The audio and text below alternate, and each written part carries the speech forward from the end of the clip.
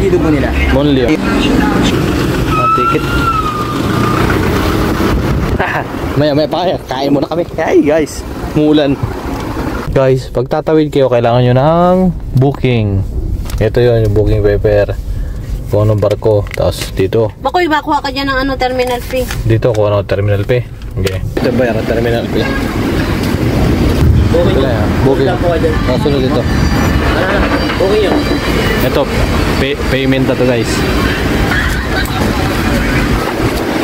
Pag walang booking guys, palabasin sa sasakyan. Pwede palabasin sa sasakyan. Kaya makapasok lang dito, may booking ka sa sasakyan. Ngayon, dito na ako, babayad na lang sa counter. Malaman natin kung magkano babayaran. Ganyan. Terminal P lang pa rin. Pagkatapos din terminal P, doon sa sunod, sa loob na sunod. Sir, tatawid, Batangas. Montenegro po. Montenegro. Ha? Oo. Sa 3? 300 po, traffic. Ay, okay. Ano, binayaran ko, tunay lang. Diyan nangunguha sila. Dito lang babayaran? Oo. Okay. Tikatal na eh. Tarantara eh. Okay. Tayo dito guys. Pila lang yan oh. May nag-a-assist naman kayo madali. Diyan natin malalaman kung magkano ang pamasahe na sasakyan. Ano ba sabi sa'yo doon? Dito bali may naniningil lang ano. Okay, para kain sa tayo. sasakyan. Wala tayong tubig. Tara, kakain tayo. Punta ko sana ba sa bilang tubig? Kain mo tayo guys. Mahalim na. Oh, ditcharon.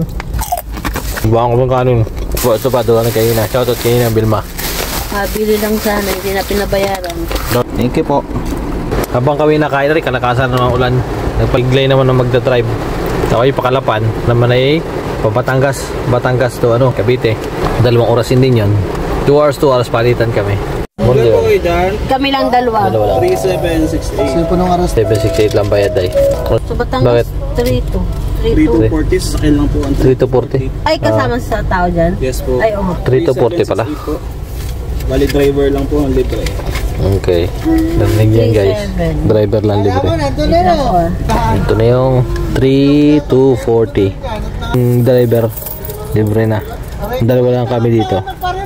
Okay po yun na eh. Manapila doon. Okay po, thank you. Magkano ka bayad sa sasakyan sa ano? Doon sa... Same lang pala. Magkano doon? 3-240. 3-240. Ito pa yung sasakyan namin, o yan. Montenegro. Medyo maulan eh.